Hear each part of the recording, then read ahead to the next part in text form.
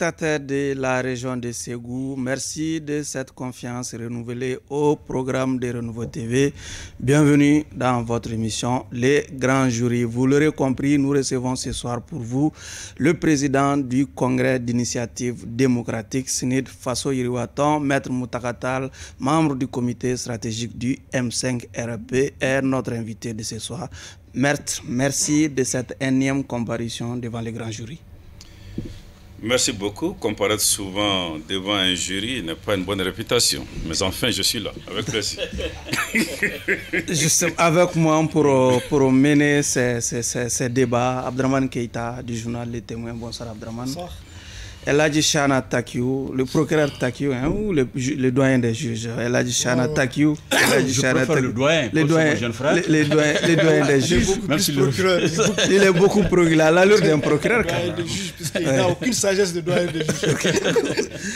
En tout cas, Eladji Chana Takiou est présent ce soir. Monsieur Takiou, merci également d'être là. Merci Barou.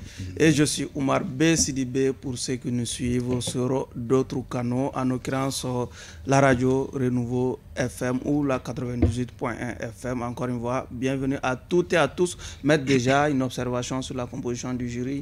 Non, elle me convient et je n'ai aucune prise sur cette composition. Donc autant m'en accommoder. D'accord. Eladji Chana Takiou, vous attendez quelque chose de particulier ce soir? Quelque chose de particulier, oui. Parce que on reçoit Maître dans un contexte particulier où le pays va mal, où le monde entier parle du Mali. Oui. On reçoit Maître à un moment où il y a le scandale des logements sociaux. On reçoit Maître à un moment où, il faut le reconnaître, le pays est malade. Oui. Donc nous avons besoin de l'analyse, de l'éclairage de Maître Tall et bien sûr de ses propositions afin de sortir de cette crise. Nous l'attendons à ce niveau. Ok. J'allais dire Eladji Abdraman. Hein? Peut-être ça envoie. Naturellement, effectivement, le contexte est tout particulier puisque le pays aborde quand même un tournant aujourd'hui. Et un tournant qui mérite d'être apprécié par des voix qui portent comme celle de Maître, mais très généralement, je constate qu'un Maître vient volontiers devant le juriste parce qu'il a un message à passer. Et j'aimerais vraiment que ce message... Je rappelle que nous sommes demandeurs... Que ce message... Ouais, quand il accepte. Oui, nous sommes demandeurs, quand il accepte volontiers... Il y a eu des moments où il a refusé. C'est un fin politique. C'est un fin politique. Quand il accepte d'être devant, c'est parce qu'il a un message à passer. Seulement, nous souhaiterons que vraiment ce message ne soit pas un hiatus avec les attentes de nos téléspectateurs et de notre auditoire. Et du peuple en émo, du peuple malien. Les caps étant bien fixés, avec Maître, nous allons aborder cette polémique autour de l'attribution des logements sociaux. Également, les généralités, s'il te plaît. Vous allez m'entendre, c'est les caps. Et également le retrait annoncé de Takuba et également de Barkhane. Mais en attendant, comme Chana l'a dit, nous allons parler des généralités avec même déjà. Nous ouvrons cette page avec vous. Merci beaucoup, Monsieur le Président. Oui.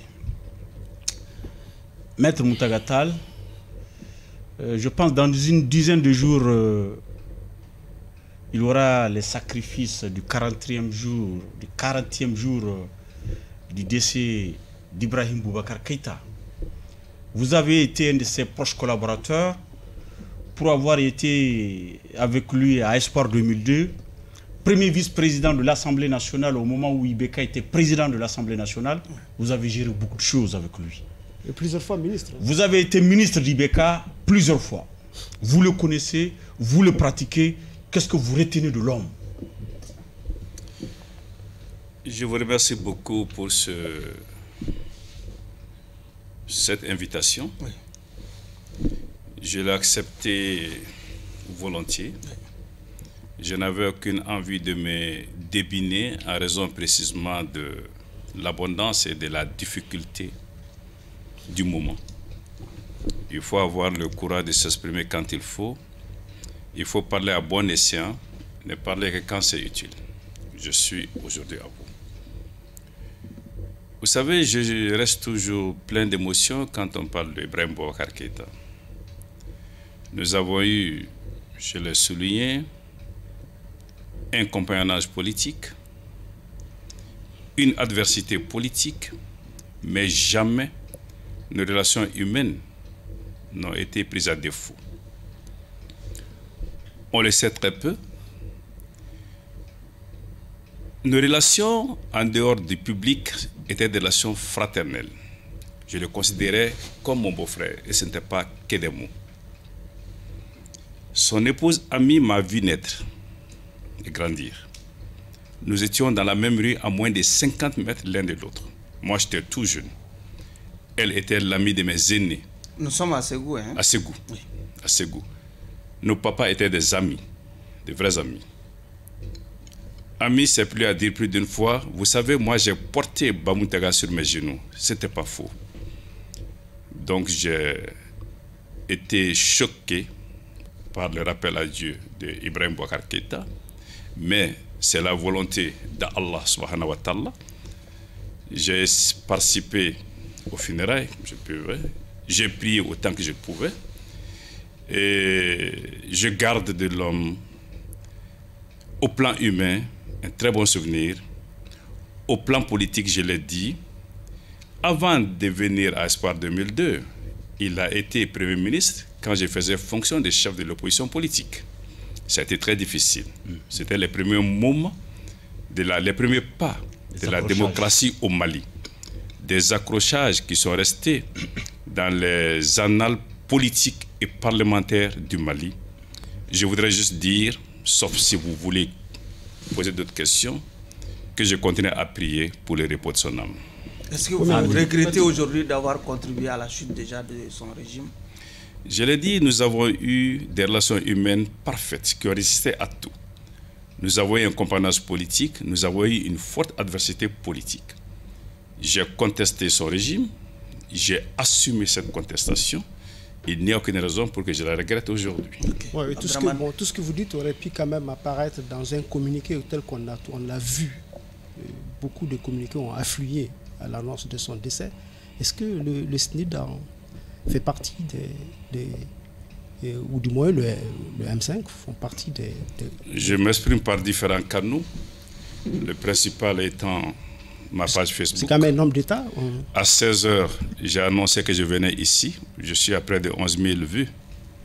Donc je me suis exprimé sur ma page Facebook. Non, de ce façon n'était pas officielle, indifférent. pas vous, mais le parti. Oui. Le SNID. Oui. Au nom du SNID, vous vous êtes exprimé? Le SNID a un porte-parole privilégié. Il s'appelle le président du SNID. En tout cas, nous souhaitons le repos éternel au président Ibrahim Boubacar Keïta. Actualité, nous allons parler de l'actualité. Oh non, les généralités. Allez-y. Voilà. C'est pas fini avec les généralités. Parce que j'ai quand même en face de moi, il y a deux généralités de mon côté. D'abord, vous vous êtes adressé récemment avec la presse, face à la presse, comme d'habitude d'ailleurs, depuis 23 ans. Depuis 23 ans. Le premier à l'initier. À la presse, le premier à l'initier. Le seul à l'avoir fait pendant une quinzaine d'années. Il y a eu un quoi qu'on ne s'attendait pas à ce que des journalistes soient pris à partie pendant cette adresse. C'était le cas d'un confrère. Et on a vu dans la presse affluer vraiment des dénonciations du fait qu'un journaliste, un confrère journaliste, sous votre responsabilité, a été agressé par vos partisans. Et les gens regrettent de ne pas vous avoir vu vraiment arrêter effectivement, la dérive, dénoncer la dérive contre un confrère. Est-ce que cela n'entache pas quelque part un peu les relations, les bonnes relations que vous avez depuis 23 ans entretenues avec la presse malienne? Est-ce que ceux qui ont formulé ces regrets étaient dans la salle? Non seulement j'ai condamné ce qui s'est passé, j'ai présenté des excuses, et j'ai fait passer les messages suivants à ceux qui ont protesté. Ils ont protesté parce qu'un homme politique a été critiqué. Je leur ai dit, le jour où un homme politique n'est plus critiqué, il faudrait qu'il aille faire autre chose. L'homme politique, c'est vous. Sa carrière politique est terminée. L'homme politique doit s'accommoder des critiques, les écouter, en tirer tous les enseignements, s'améliorer et aller de l'avant. Et je les ai donc invités à ne pas avoir ce type de comportement en présentant des excuses en bonne et due forme. dans la salle. Donc cela a échappé d'accord au conflit. Oui, Deuxième là, fois, c'est pour l'appuyer. Ok. En 1997, avec le COPO, jeune reporter que j'étais, je posais des questions difficiles. On m'insultait dans la salle, on me menaçait. il a T'as volé pris au la secours. parole. Vraiment, il volé est au venu secours. à mon secours pour dire que non, on aime de tels journalistes qui posent des questions difficiles. C'est notre invité. Laissez-le parler, laissez-le dire ce qu'il veut. Là, ça a toujours été le défenseur de la presse. Là, je le témoigne. Je crois fondamentalement en la liberté de la presse. Ce n'est pas pure démagogie. Toute ma vie, Oui, on le sait, vraiment. je me C'est suis pourquoi, nous avons été étonnés Abdraman, qu'une telle séquence soit déroulée Ok. dans votre toute Très son... bien. Allez-y, Abdraman. Metal, je voudrais savoir, une frange du M5 est sortie avec le brûlot que vous savez pour dénoncer les pratiques et les agressions du PM actuel contre le mouvement démocratique dont vous êtes une composante essentielle. Et pourquoi vous ne vous êtes pas associé à ces dénonciations et pensez-vous que le M5 RFP jouit aujourd'hui de la cohésion nécessaire pour conduire l'action gouvernementale? Et pensez-vous qu'il est possible de conduire convenablement une transition dans ce clivage-là dénoncé, y compris en votre sein? D'abord, je ne parlerai pas de brûlot. À l'analyse, le document n'est pas un brûlot. Et j'ai beaucoup de respect pour ceux qui l'ont écrit pour oser dire qu'ils ont fait un brûlot. De la même façon, j'ai beaucoup de respect pour ceux qui ont essuyé les critiques. Si vous vous renseignez au sein du M5, vous verrez que je n'ai assumé aucune fonction dans ce mouvement. Ni président, ni vice-président, ni porte-parole, ni rien. Parce que je me suis assigné un rôle. Personne ne me l'a assigné. Nous venons d'horizons différents. Nous avons des points de vue différents. Nous avons été très souvent au bord de la rupture. Je me suis dit, il faut bien quelqu'un qui raccommode les tissus. Il faut quelqu'un qui, parce qu'il ne prend pas systématiquement parti, puisse avoir un message qui soit entendu. J'ai demandé que ce document soit discuté. Il le sera, mais avant, je ne me prononcerai pas publiquement sur son contenu. Les parcours politiques, professionnels, associatifs sont tellement différents que les incompréhensions sont dans l'ordre des choses. Mais notre force au M5, c'est que jusque-là, on a su les surmonter. Et je gage que cette fois-ci aussi, ce sera la même chose. On va véritablement parler de l'actualité à présent, mais déjà le processus d'attribution des logements sociaux fait un grand polémique, un grand bruit aujourd'hui au sein de l'opinion. Certains vous accusent, vous, Maître Moutagatal, in extenso, votre parti, de s'être taillé la part, en tout cas, du lion, parce que c'est votre parti qui hérite le portefeuille de l'habitat, on a quand même noté avec certains la présence sur cette liste des logements sociaux, beaucoup de noms de famille, Tal et de Kamina. Déjà, que répondez-vous à toutes ces accusations autour qui vous visent clairement? Je vais être plus précis que vous le faites. On a dit que mon fils a obtenu un logement. Je ne me suis pas répandu dans la presse, c'est faux. C'est archi faux. C'est son homonyme. Il y a tellement d'homonymes. Moi, mon fils, ce n'est même pas son homonyme. Mais quand ça on... peut être... Non, j'arrive. Voilà, quand on prend l'origine des noms, Mahamadou, Mohamed, Muntaga, comme d'autres, tout ça, ce sont des noms du prophète Mohamed sallallahu alayhi wa sallam. Muntaga n'est Muntaga fait partie des prénoms, absolument, des prénoms du prophète. C'est bambaraïsé ou quoi? Non, c'est écrit comme ça, Muntaka. Muntaka. En arabe. Voilà. Muftah, quoi. Allez-y. Bien. Alors, mon fils c'est Mohamed Muntagatal. Celui qui est concerné, c'est Mahamadou Muntagatal. La personne était tellement pressée de me confondre qu'il n'a pas cherché à comprendre. Mais je voudrais dire une seule chose. Oui. Mon fils, sur les demandes, il a droit. Il remplit l'ensemble des critères. Mais jamais il ne les demandera aussi longtemps que le Sénat sera aux affaires. Moi, j'ai été ministre de l'économie numérique et de la communication. Mon fils est ingénieur en génie logiciel. Il a un des bureaux qui compte parmi les plus importants de Bamako. Quand j'ai été nommé, je l'ai appelé, je l'appelle Abba. J'ai dit Abba, je vais te demander une chose. J'espère que tu l'accepteras. Tu ne travailleras pas avec mon ministère. J'ai trouvé que tu travaillais là-bas, mais à partir d'aujourd'hui, on arrête. Il m'a dit, tu fais bien de me le dire, mais j'avais pris cette décision. Je fonctionne de cette façon. Bien. Si on vient sur le problème d'ensemble, oui. Vous savez, quand on a envie de tricher, de frauder, à moins d'être un niais, on prend des précautions. Si le ministre Kamena voulait tricher, il aurait pris 2 mesures dès son arrivée. 1. Dissoudre la commission d'attribution des logements sociaux. Mettre une commission avec ses hommes. Il ne l'a pas fait. Il a gardé la commission telle qu'il l'a trouvée. Il avait la possibilité de changer cette commission. Il ne l'a pas fait. Deuxièmement, il aurait pu dire tout ce que j'ai trouvé comme dossier déposé, on le met à la poubelle, on va faire de nouvelles demandes. Il ne l'a pas fait. Il y a là des éléments concrets qui attestent de la bonne foi de quelqu'un.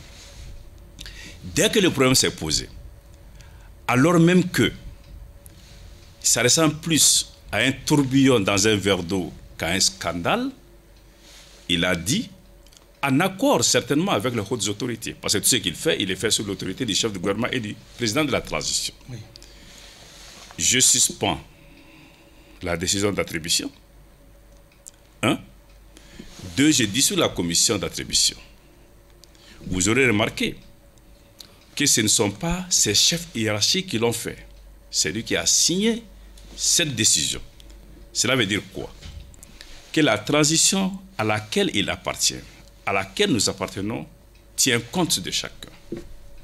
Que cette transition veut que les choses soient claires et que quand il y a des récriminations, il faut en tenir compte.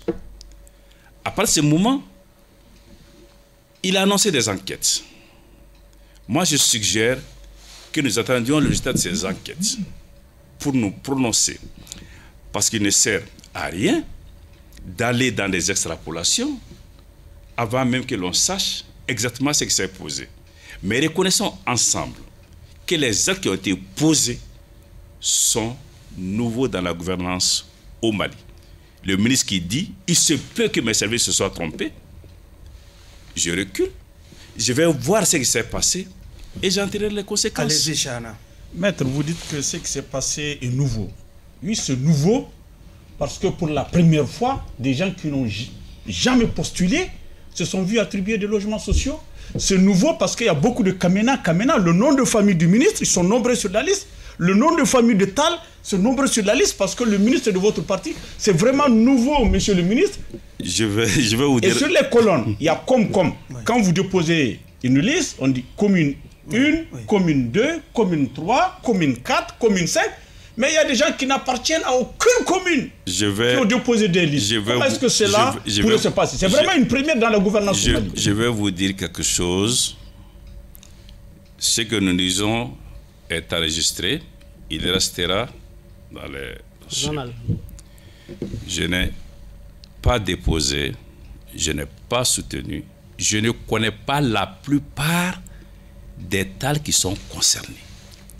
Je ne connais pas la... Non, ça, on vous le concède. Non, je ne connais pas... Attendez, laissez-moi terminer. Oui, mais encore une fois, faisons attention à la cohésion nationale. Vous savez, Chana, je suis certain que vous ne direz pas qu'il y a beaucoup de Djara, de Traoré ou de Ba. J'en suis certain. Donc, il faut ne pas rentrer dans certaines considérations. Je vous assure, je le dis sur l'honneur, je ne sais pas combien de tals il y a. Non, il n'y a pas de tals. Je ne les connais pas. Oui. Peut-être que en demandant, on me dira c'est tel cousin. Mais sachez aussi qu'il y a des tals qui ne sont pas mes parents. Oui, non, ça c'est vrai. Ça existe. C'est vrai. Donc n'entrons pas, oui. Ni pour les tals, ni pour les Takiyou, ni pour les Maïga. Ni pour les Maïga. Takiyou est un prénom. Dans une querelle de patronyme. Ouais. Le pays est très fragile aujourd'hui. Ce sont des choses à ne pas faire. Oui, mais il y a aussi des affinités politiques. Maintenant, sur les affinités politiques. Ouais, les affinités politiques qui ont... Sur les affinités, j'arrive, hein, je suis transparent. J'aurais pu trouver un prétexte, parce que vous savez, c'est des Ségou que je suis venu directement dans cette salle où il y avait des funérailles. J'aurais pu dire, je ne viens pas. Je suis là. Merci, maître. Merci beaucoup. Les appartenances politiques, dites-moi, là je dis des choses. Un, il ne faut pas dire que le Sénid ou les M5, j'avais entendu parler du M5, je n'ai pas entendu parler du Sénid, sont des parias qui n'ont droit à rien parce qu'ils sont battus pour que le Mali change. Si parmi les militants du M5, il y en a qui ont droit à ces logements sociaux ou à d'autres choses, il ne faut pas les rejeter parce qu'ils sont M5. Absolument. À l'inverse, il faut éviter toute forme de népotisme ou de favoritisme que je ne soutiendrai jamais. Et de violation des procédures. Et des violations des procédures. Cela dit, les enquêtes les diront. Je dis, il faut attendre le résultat des enquêtes. Ouais, cela dit, on aurait pu attendre le résultat des enquêtes avant de dissoudre une commission. On a comme l'impression qu'on est en train de faire porter, de transformer la commission en fusible. D'accord, je vais répondre à ça. Pourquoi ne pas attendre le résultat des enquêtes avant de dissoudre une commission? Je n'ai pas connaissance de militants sénides en nombre, à plus forte raison en surnombre. Pour ceux que je connais, ça ne correspond à aucune réalité. C'est une façon de déstabiliser et de laisser une tâche sur quelqu'un. C'est ça maintenant de la procédure. Oui. Je ne peux pas répondre à ce que vous dites parce que j'attends les résultats des investigations. Je vous promets. Appelez-moi le jour où il y aura les résultats, je viendrai vous répondre. Mais aujourd'hui, je ne préjuge pas. Allez-y, Chana. Maître. Je ne parle que d'éléments concrets et vérifiables. Maître. Oui. Tantôt, vous avez parlé de votre fils en disant que le mérite. Un fils de Maître Moutagatal, nous connaissons vos enfants, ils ont grandi, ils ont des boulots, c'est des chefs d'entreprise. Vous pensez qu'un fils de Moutagatal mérite un logement social? Parce qu'il faut des critères, il faut être dans une tranche de salaire. Vos enfants ont de gros salaires, c'est des chefs d'entreprise, c'est des avocats. Même si certains de ces logements n'ont rien de social. Attendez. Vos enfants, est-ce qu'ils répondent aux critères en réalité? Ce débat, il n'est pas très simple, mais n'est pas le mener pourrait... Non, parce que vous dites que vos enfants le méritent. Peut-être il va répondre à la question, Chana. Est-ce que je peux terminer? Allez-y. Je dis que ce débat n'est pas sain, mais n'est pas le mener pourrait laisser croire qu'on cache quelque chose. Tous mes enfants ne méritent pas les logements sociaux. J'ai ma fille qui est avocate. C'est elle qui me paie un salaire aujourd'hui. Elle ne peut pas demander à obtenir. J'ai parlé d'un de mes enfants tout à l'heure qui a une entreprise qui marche bien, qui a des emplois qui marchent bien. Celui dont on a parlé, vous ne m'avez pas demandé son statut. Tous mes enfants n'ont pas la même chance dans la vie, n'ont pas les mêmes statuts. Et au-delà des cas subjectifs, là j'en sors, je n'en parlerai plus du tout. Il faut éviter de croire que un enfant doit automatiquement bénéficier de la situation sociale, politique, financière de son père. C'est le cas après la disparition de celui-ci, mais de son vivant. Moi, j'ai dit à mes enfants, suyez, débrouillez-vous. Parce que si je me contente de leur dire de la facilité, écoutez, ça va se passer mal. Parce que j'ai toujours dit, le meilleur héritage qu'on peut laisser à un enfant, ce n'est pas la fortune, c'est la bonne éducation. Qu'ils apprennent à se battre, qu'ils soient bien élevés. Le reste pourrait venir. Peut-être. Je sors de ce débat à ce niveau. La République a des problèmes aujourd'hui, parlons-en. Mais déjà, avant de sortir, avant de sortir de ce débat, une question personnelle. Est-ce que vous avez un avis personnel à émettre, par exemple, depuis l'annonce, en tout cas depuis cette polémique qui autour de cette attribution, il y a des tendances qui se dégagent, qu'il est bien séant d'annuler simplement la liste. D'autres pensent également que la suspension peut être une porte de sortie. Déjà, comment l'enquête, le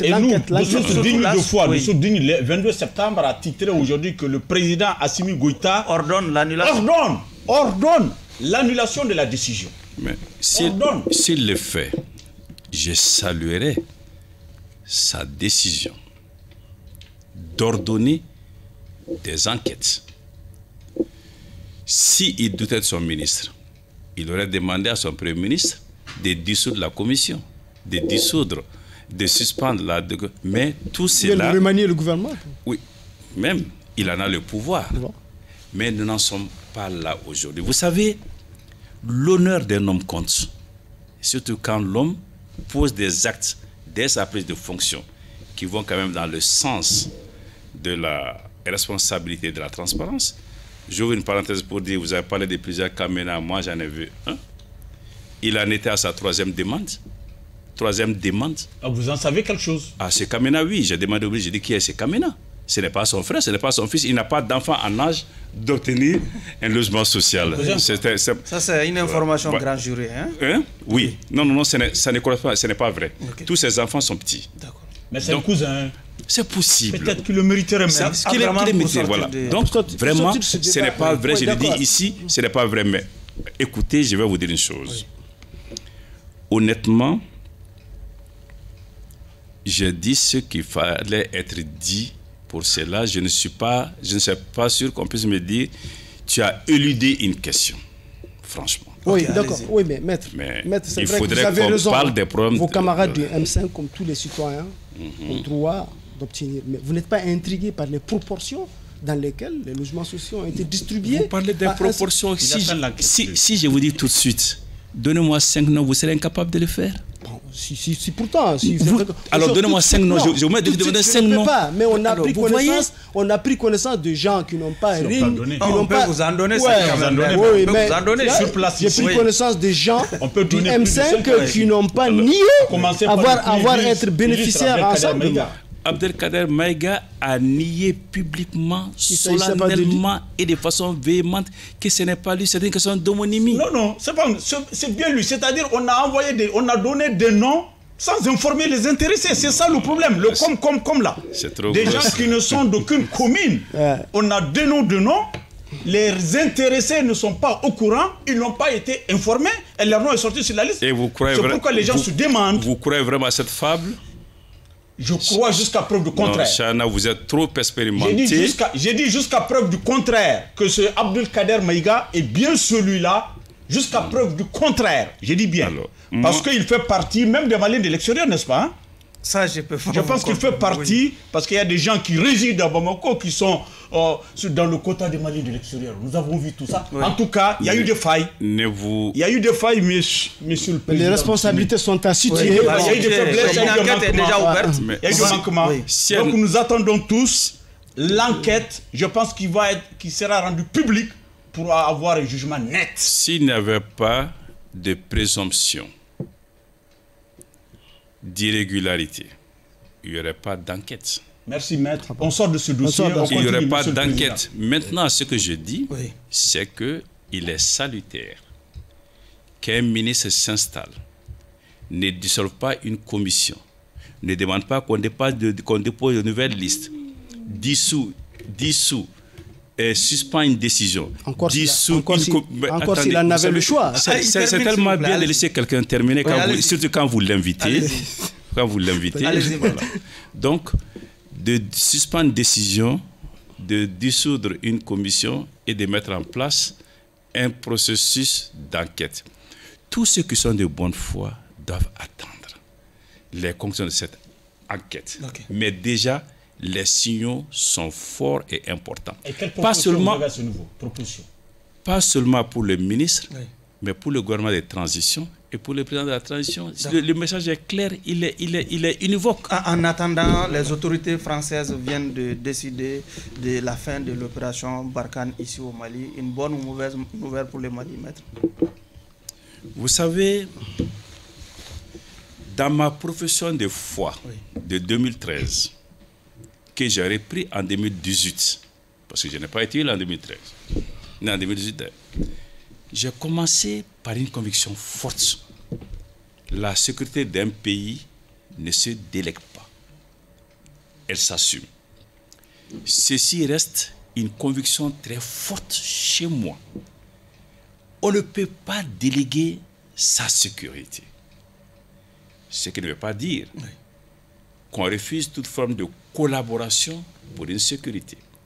Les nations les plus fortes du point de vue militaire ou économique ont des partenariats militaires et sécuritaires. Militaires parce que les armées sont ici et là, sécuritaires parce qu'ils échangent des informations et autres.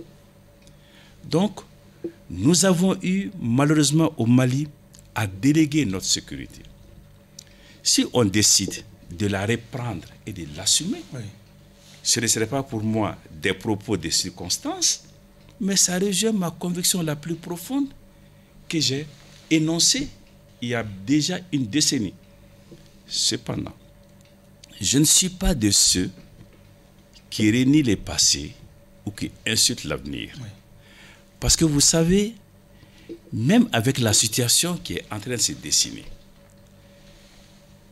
les terroristes ne connaissent pas les frontières. Demain, et c'est la position du gouvernement aujourd'hui, aller vers le bilatéral, il faudrait qu'il y ait des accords de coopération bilatéraux pour que le Mali ne soit pas un sanctuaire pour les terroristes poursuivis ailleurs, ou que les terroristes poursuivis au Mali, dès qu'ils franchissent la frontière, nous, on s'arrête. En clair, vous ne semblez pas exprimer d'inquiétude face à cette annonce de retrait, hein, maître? Non. Ce que je veux dire, c'est que si nous sommes devant le fait accompli, nous devons, à partir de ce moment, prendre des mesures fortes et nous assumer. Je ne suis pas... Je pense très profondément, ce n'est pas la citation qui ça ne vient pas de moi, que l'esclave qui change de maître ne s'affranchit pas. Mon souhait le plus ardent, c'est pourquoi je milite et pourquoi je travaille, c'est que la sécurité du Mali incombe à nos forces de défense et de sécurité qui, aujourd'hui, font un travail de terrain qui est plus qu'à saluer. C'est à magnifier. Il faut continuer à les aider à faire cela. Les aider à faire cela, ce n'est pas seulement une question d'équipement. Ça va au-delà. Il s'agit pour chaque Malien de considérer que la sécurité du Mali est son affaire personnelle. D'accord. Et qui s'y implique. Chana, allez-y. Maître, vous semblez vous réjouir quand même de ce départ et vous ne mesurez pas du tout les conséquences du départ éventuel dans 4-5 mois de Barkhane, de Takuba. Déjà, Barkhane a quitté Tombouctou. Maintenant, Barkhane va quitter la force, elle va quitter Gao et Takuba va quitter aussi Menaka. Vous pensez que nos forces de l'ordre dont on parle, dont on dit qu'ils montent en puissance, ils peuvent supplier le vide laissé par Takuba et Barkhane? Je ne suis pas dans les motifs, je ne suis pas en train de me réjouir de quoi que ce soit. J'ai dit que ma conviction est qu'il faudrait que le Mali arrête de déléguer sa sécurité. Ce que vous dites, c'est l'idéal. J'arrive. C'est l'idéal. J'arrive. Je dis que je constate un fait accompli. Et puisque le fait est accompli, il faut que nous nous organisions pour faire face. Mais vous savez, je ne suis pas naïf. C'est difficile. C'est extrêmement difficile. Mais notez que jamais le Mali n'a dit partez. On a posé les actes pour qu'ils partent. Le Mali a posé Oui, les actes certaines pour opinions. Créer les conditions. Le Mali, Ceux qui disent que le Mali a... pas naïf, le Mali a posé les Créer les actes pour conditions. pour que ces forces-là partent. Vous remarquerez, on va rester jusqu'à demain, je ne vais pas vous interrompre. Allez-y. Donc je voudrais aller au bout de mes idées. Allez-y. Allez-y, maître. Alors, donc, le Mali n'a pas dit partir. Les partenaires n'ont pas dit que le Mali nous a demandé de partir. Qu'est-ce que le Mali a dit? Le Mali a dit, je voudrais que nous rediscutions les termes de la coopération militaire. Je pense que honnêtement, on peut s'asseoir et constater qu'il y a un échec ou un succès. Cette demande de relecture des accords militaires n'a pas été suivie des faits, je le regrette. On n'a pas dit, on s'est assis, on ne s'est pas compris. Le Mali a des exigences maximales, elles sont insupportables. Le Mali a dit ensuite, je voudrais désormais une coopération bilatérale. Le multilatéralisme en matière de sécurité ne me convient pas. Cela aussi peut être discuté. C'est pour cette raison que je dis, c'est difficile. Hein? Nous allons vers des lendemains très très durs. Mais que voulez-vous que nous fassions lorsque une simple demande de relecture d'accords militaires n'est pas suivie d'une table ronde? D'accord. Oui, mais il n'y a pas eu que ça. Il y a eu aussi les difficultés que les partenaires ont eues à venir au pays pour ce qui concerne le Danemark, par exemple.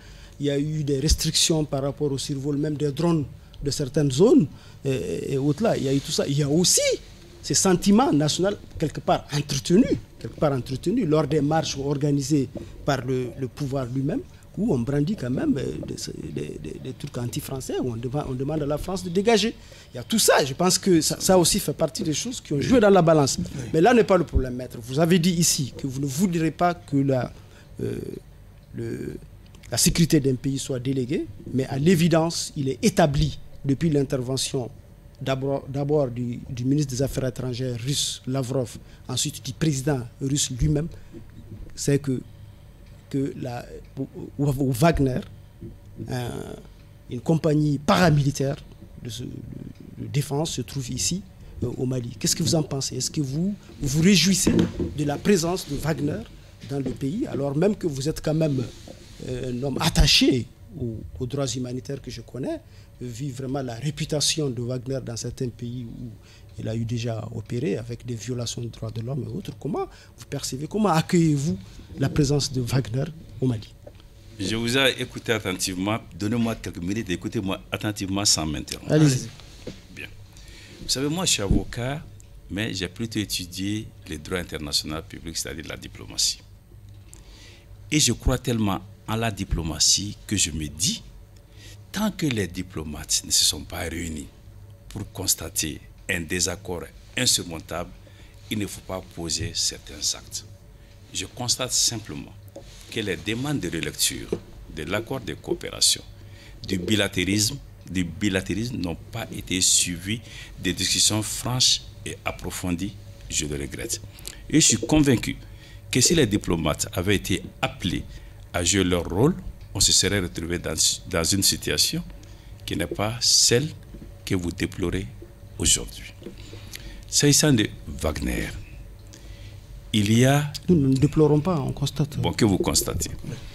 Il y a deux thèses qui s'affrontent. Le gouvernement malien a toujours dit « Je suis dans la diversification des partenariats, je ne suis pas avec un groupe privé de mercenaires. » Certains ont dit « Ce n'est pas vrai, vous avez un groupe de mercenaires chez vous. » Certains qui? Vous savez, je vous ai demandé avec beaucoup de, d'humilité de me laisser parler. Allez-y. Je reformule la demande. Allez-y. Donc, certains disent, non, vous avez des mercenaires chez vous. Le Mali répond, prouvez-le. Moi, je ne pourrais jamais demander à ceux qui disent, il y a Wagner, vous avez dit la vérité, vous avez maquillé la vérité. Mais à tout moment, je peux dire à mon gouvernement, ce que tu as dit tel jour de telle façon ne correspondait pas à la réalité. Ce qui veut dire que je suis plutôt enclin à prendre la version donnée par mon gouvernement. Et si le jour, et s'il arrive un jour où on prouve le contraire, je saurais que dire et que faire. Le contraire, ça peut être cette déclaration de Vladimir Poutine et de Lavrov. Non, les deux ont dit quand même que le Wagner est au Mali. Oui. Donc est-ce qu'on peut... Écoutez, je n'ai pas entendu les deux dire que Wagner est au Mali. Si. J'ai entendu des interprétations de leurs propos. Aucun d'eux n'a prononcé le mot Wagner. Oui, mais ils ont dit une compagnie privée. Qui ont des intérêts financiers au Mali. Ils ont dit des mercenaires. Aucun d'eux n'a dit cela. Oui. Donc, ils risquaient de dire qu'ils ont soutenu que Wagner est au Mali. Donc, moi, je ne considère pas aujourd'hui que Wagner est au Mali. Vous avez dit, ma formation m'incline à refuser la présence des mercenaires. Je vous le concède. Si demain, des mercenaires sont au Mali, que je le constate de façon incontestable, je le critiquerai. Allez-y, Chana. Mais ce n'est pas le cas. Moi, d'ores et déjà, c'est quand même incontestable. C'est Chana qui a la parole. C'est quand même incontestable. S'il vous plaît, Abdraman, s'il vous plaît, vous n'avez pas la parole. Allez-y, Chana. Oui, maître. Je constate que vous êtes... ce n'est pas le même maître Tal qu'on connaît, qui est vraiment très clair et dit les choses telles qu'elles sont. Je constate que vous êtes dans la politique de l'autruche. J'ai dit la France, qui est une grande puissance, et Moscou également, qui est une puissance. Les deux convergent parce qu'ils ont des moyens sophistiqués de voir les choses, de constater les choses sur le terrain. Disent qu'il y a des groupes privés militaires qui ont des intérêts financiers au Mali, sans prononcer le nom de Wagner. Appelez-le Wagner ou autre chose, le mot n'est pas...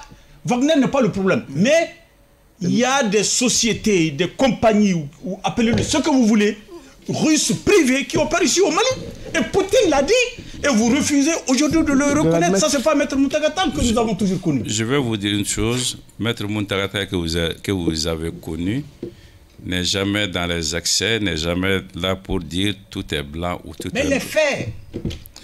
Tout est blanc ou tout est noir. Il s'interroge, il demande des preuves claires, nettes pour pouvoir se prononcer. Vous savez, il y a plus puissant sur la terre aujourd'hui, parce que la première puissance du monde s'appelle les États-Unis. Ils ont dû se tromper sur l'affaire de l'Irak.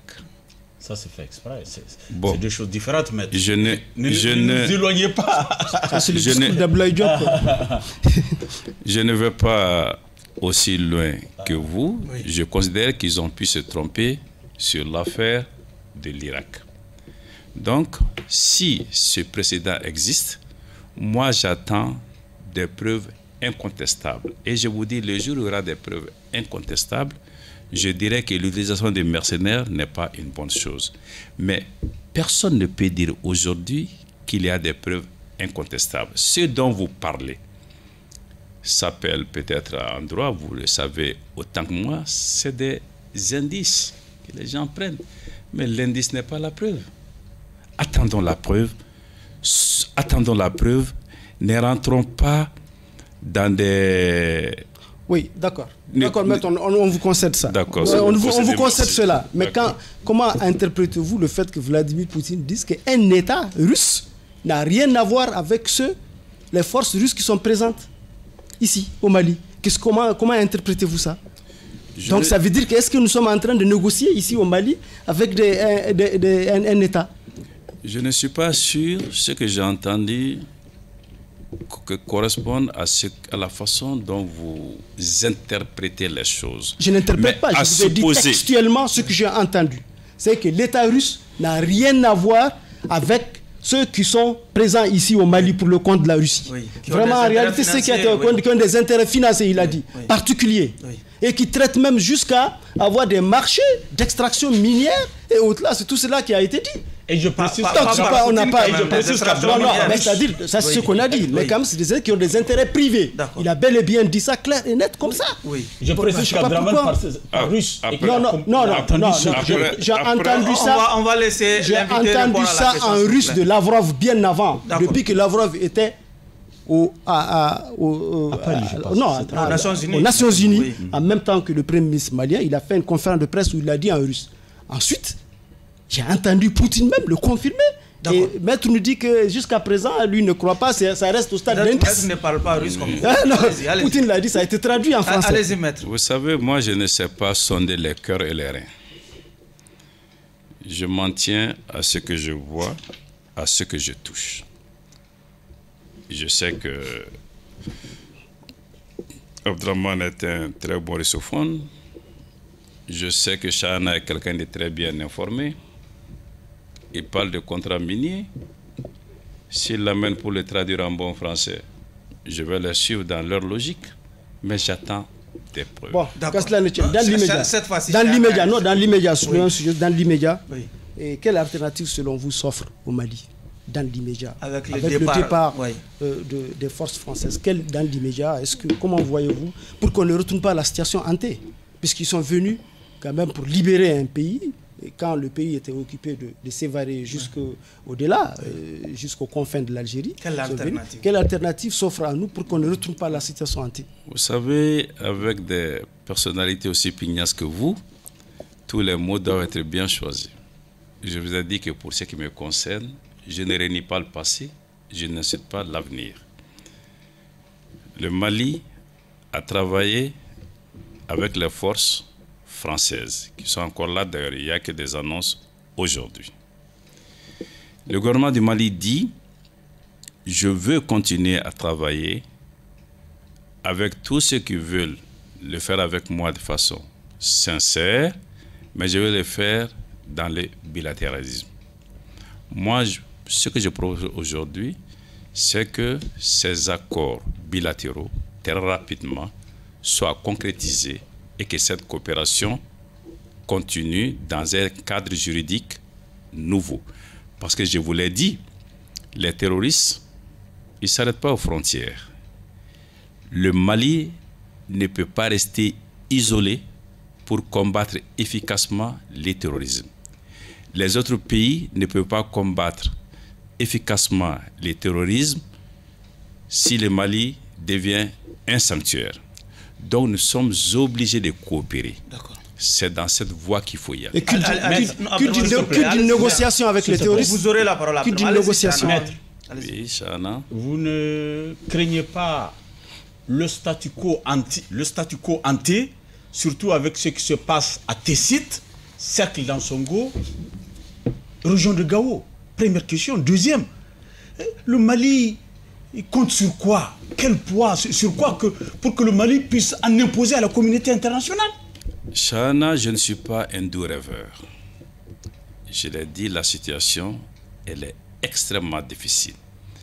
Mais vous savez, on peut ne pas obtenir quelque chose, des résultats dans un cadre multilatéral et l'obtenir dans un cadre bilatéral. Je vous ai dit que moi, mon point de vue, je ne suis pas de ceux qui vont prendre des banderoles et, comme dirait l'autre, de sauter comme des cabris pour dire des choses qui ne correspondent absolument à rien.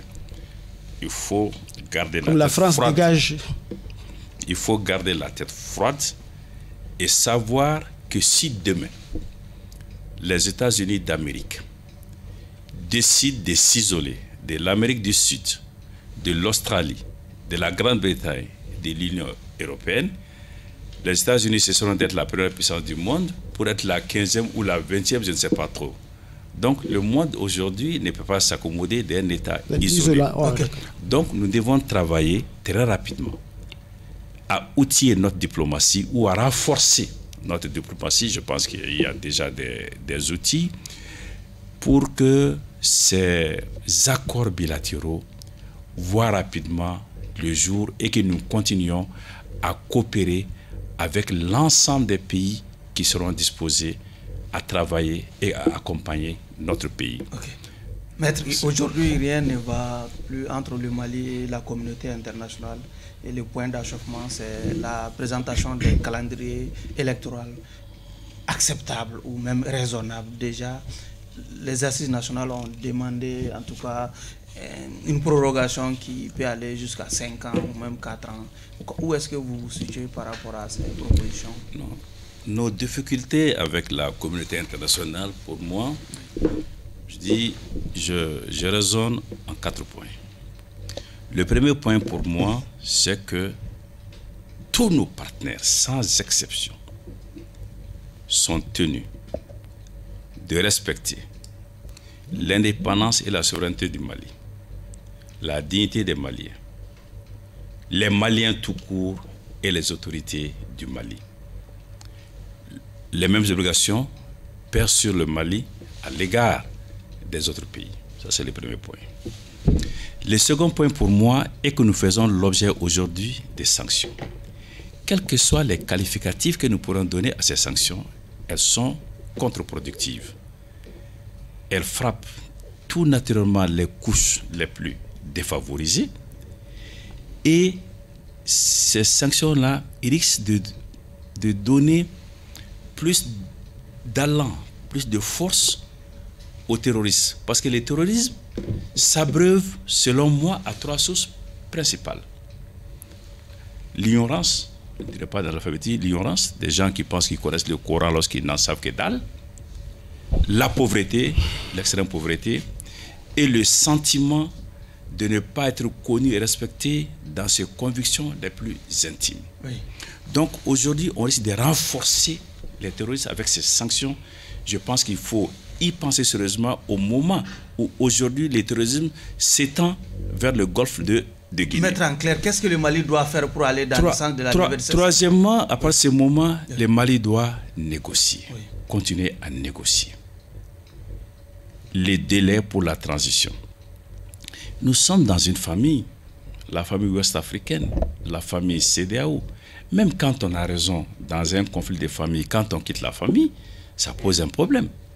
Nous devons être dans la famille, discuter dans la famille, surtout qu'aujourd'hui, il y a des Africains qui proposent une médiation africaine pour régler un problème entre pays africains.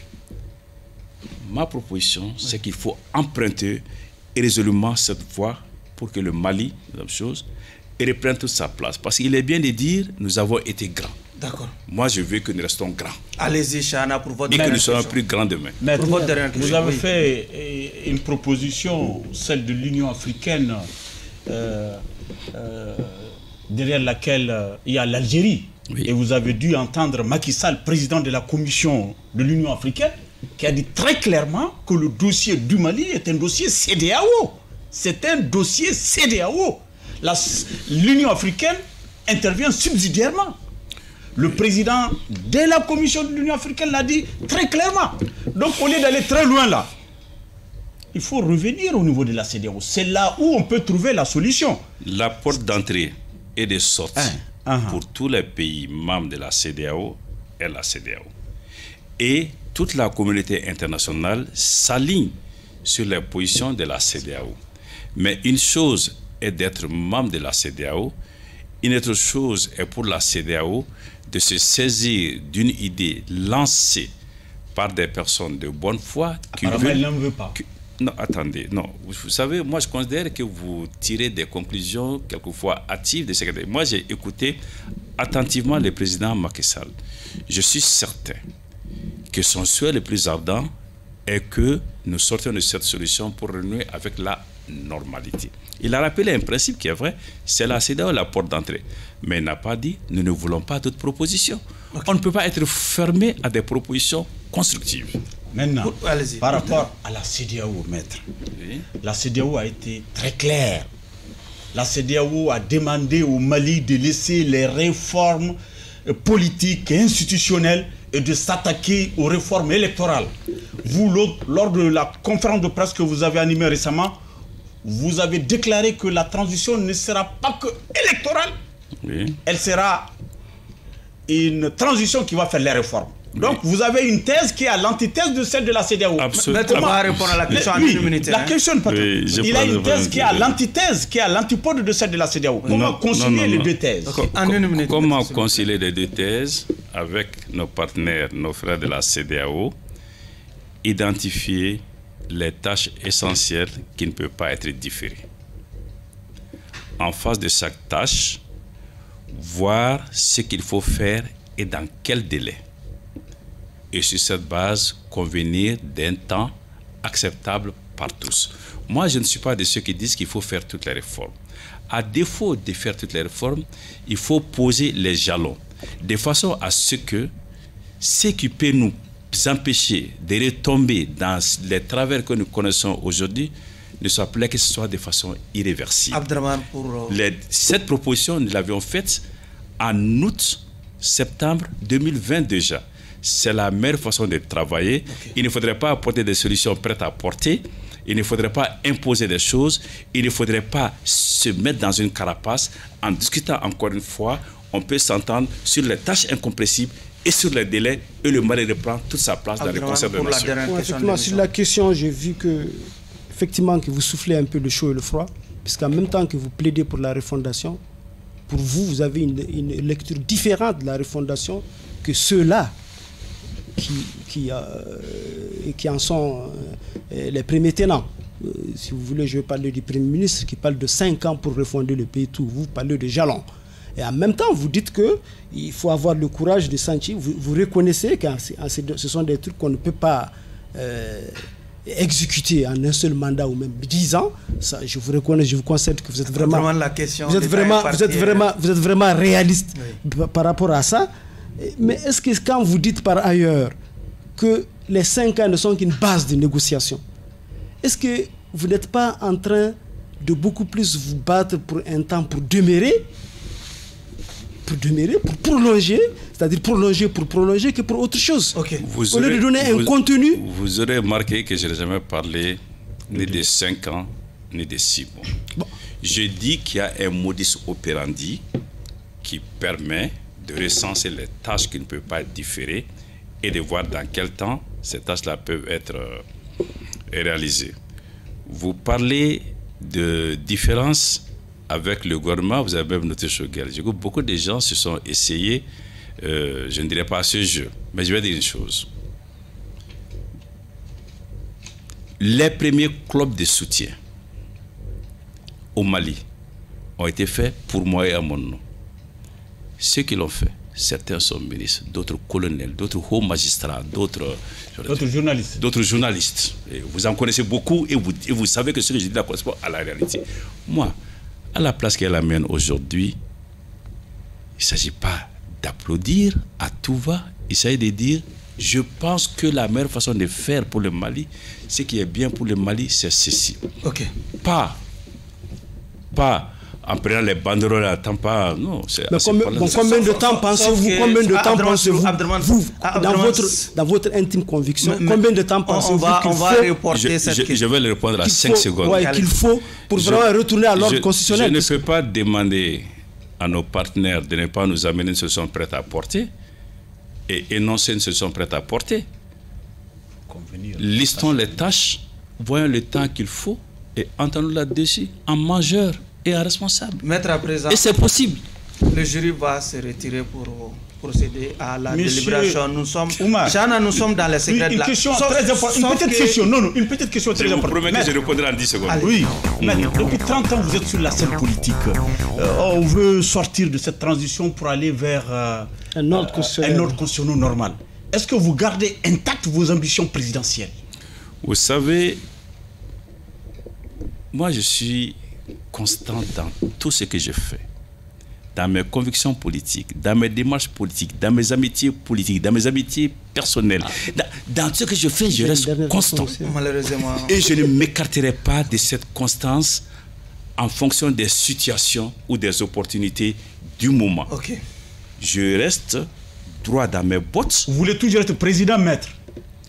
Mais pourquoi voulez-vous qu'il en soit autrement? En attendant, vous pensez que je n'ai pas les ressorts pour faire ça? On va procéder. S'il vous plaît, à présent, on va procéder à la délibération. Nous sommes dans les secrets de la délibération maintenant. Effectivement. Supposé ne pas nous entendre. Il s'est vraiment... Je le savais très subtil. Hein. Maître, il sait vraiment sortir, passer entre les mailles du filet, et c'est ce qu'il a réussi ce soir, très sérieusement. et jusqu'à niant même l'évidence. Vos filets, hein? Bon, n'importe quel filet. Oui, c'est que vous ne le connaissez pas. Il est un politique très mûr et je pense que c'est ce qu'il a réussi ce soir. Hein. Il a réussi ce soir vraiment jusqu'à ne pas reconnaître l'évidence. Moi, je peux pas comprendre aujourd'hui qu'il en existe aujourd'hui, depuis la déclaration de Poutine, et de Poutine surtout, qui renie encore la présence d'une société paramilitaire russe ici dans ce pays.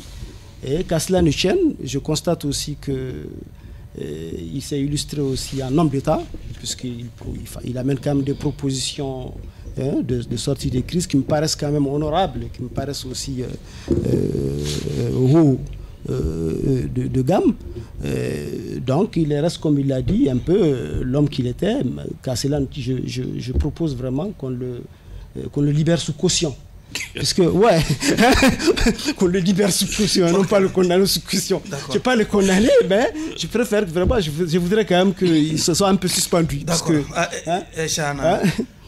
Merci, Monsieur le Président. J'ai connu Tal depuis très longtemps, depuis étudiant, je l'ai suivi pour son éloquence.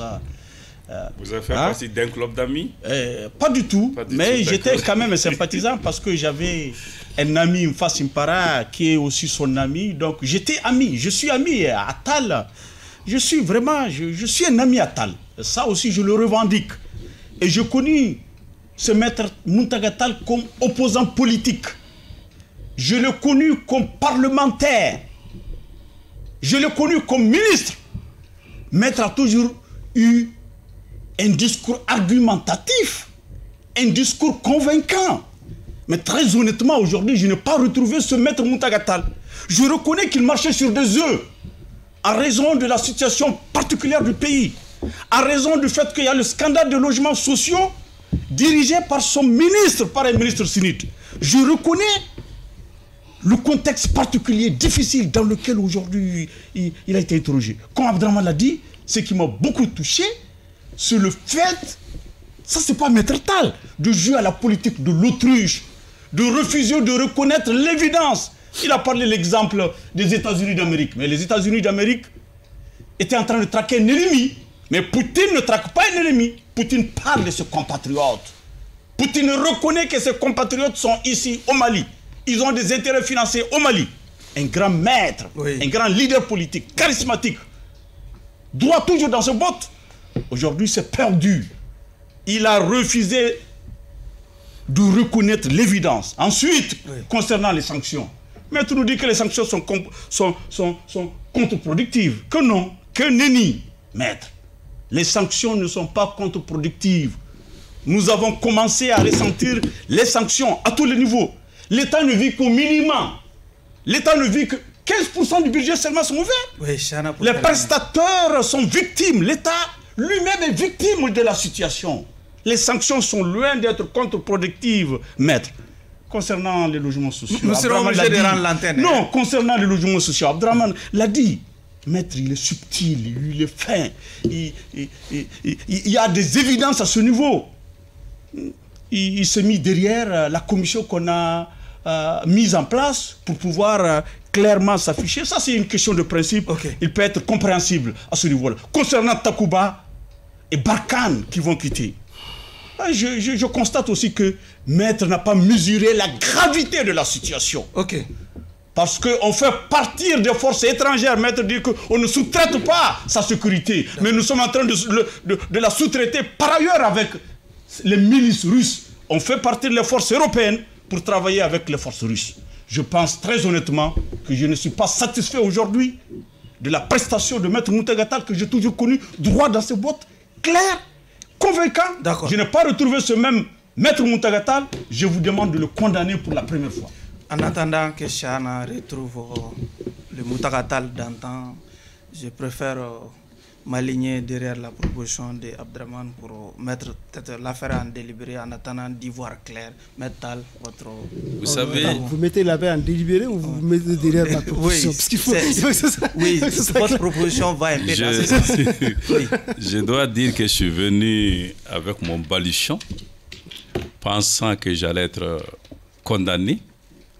est sévèrement condamné parce que je sais, je vous lis, que nous ne disons pas toujours la même chose. Mais au fil des débats, je me suis rendu compte que vous ne m'avez pas suffisamment écouté.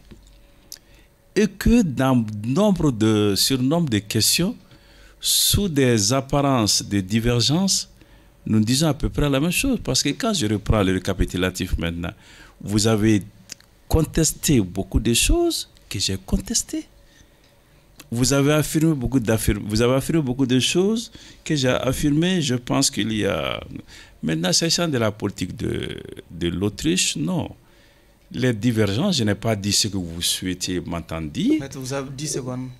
Ok, moi je distingue entre la politique et la science politique. Nous sommes dans une situation telle que tout n'est ni noir ni blanc. Il y a beaucoup de zones grises. Je vous remercie infiniment.